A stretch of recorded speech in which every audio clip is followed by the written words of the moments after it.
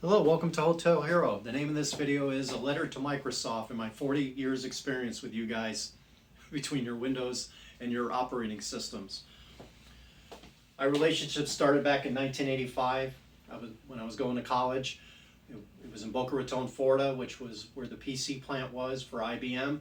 So they had donated some PCs to the college, and we had MS-DOS, first little program system, which included a spreadsheet, a database, and a word processor. It worked quite well, actually, and it fit in on one little floppy. Fast forward to 1998, Windows systems. I had bought a compact computer. It was the first internet computer, even though back then there was probably only 10 websites. And it had a 66 megahertz processor. And it actually ran fairly well, considering. And it wasn't until I got like a 96K modem that I was able to actually surf without watching the lines in the computer load up. I sometimes wonder if you guys are still using 96K modems when you're downloading your updates to my computer, because it's super slow. Oh, and by the way, why don't you tell us when you're actually trying to download your updates while I'm surfing? Because all of a sudden your computer starts running slow, running like crap, and then I realize, oh, it's you guys trying to download the new security system. And I know what you'd say is like, well, why don't you do it at night when you're not using your computer? Well, thanks to your insecurities, I've been hacked multiple times, and so I'd rather disconnect my computer from the World Wide Web when I'm not using it. But besides that, I'd like to thank you because of the actual compromises. Despite your security updates, I've become an expert in VPNs, Windows maintenance, utilities, and malware, software and such, which is kind of a necessity in this world. And you know, Windows Defender is kind of a paradox. So I don't even want to talk about that. So I was actually happy with 95, 98. XP was pretty decent. But Vista,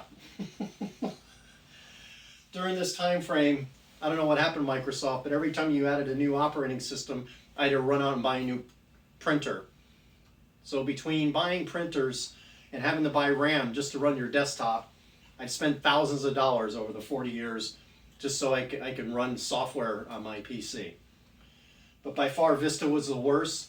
And if there's any quantum computing engineers out there, you want to test your quantum computer, take 1,000 computers and have them install the Vista operating system with all the updates.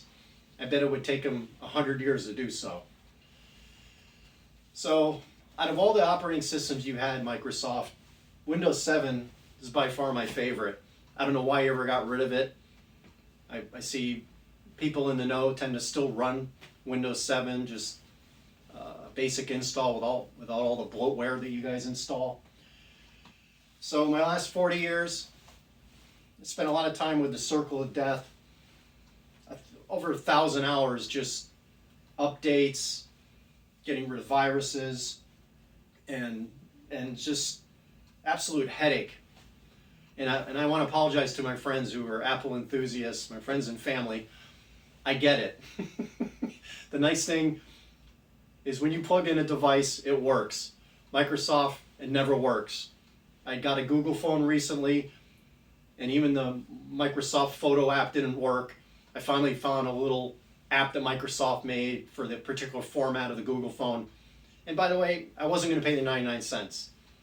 Subsequently, I bypassed it completely. And I see a lot of things online. What would you do if you had a time machine? If I had a time machine, I wouldn't pick the lottery numbers and become a millionaire. I would go back and become on the board of IBM and make the decision to choose CP/M over MS-DOS. I think the world would have been a much better place, and we'd probably have flying cars by now. Anyways, I hope you liked this video. God bless you today.